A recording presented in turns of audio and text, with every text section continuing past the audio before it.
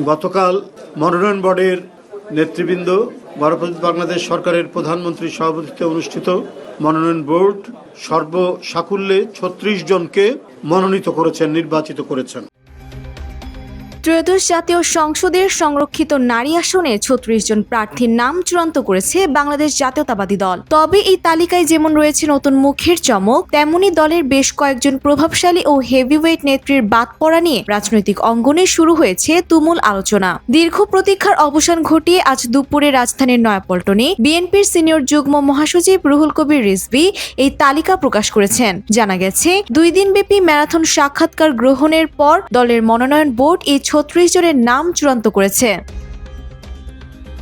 তবে তালিকার চেয়েও এখন বড় আলোচনার বিষয় হয়ে দাঁড়িয়েছে কারা বাদ পড়লেন। সবচেয়ে বড় চমক হিসেবে দেখা হচ্ছে জাতীয়তাবাদী মহিলা দলের সভানেত্রী আফরোজা আব্বাসের অনুপস্থিতি। এছাড়া দলের পরিচিতি মুখ ও রাজপথের লড়াকু নেত্রীর সাবেক সংসদ সদস্য সৈয়দা আসিফা আশরাফি পাপিয়াও এবার মনোনয়ন বঞ্চিত হয়েছেন। তালিকায় নাম নেই প্রয়াত নেতা মওদুদ আহমদের স্ত্রী হাসনা জসিমউদ্দিন মওদুদের।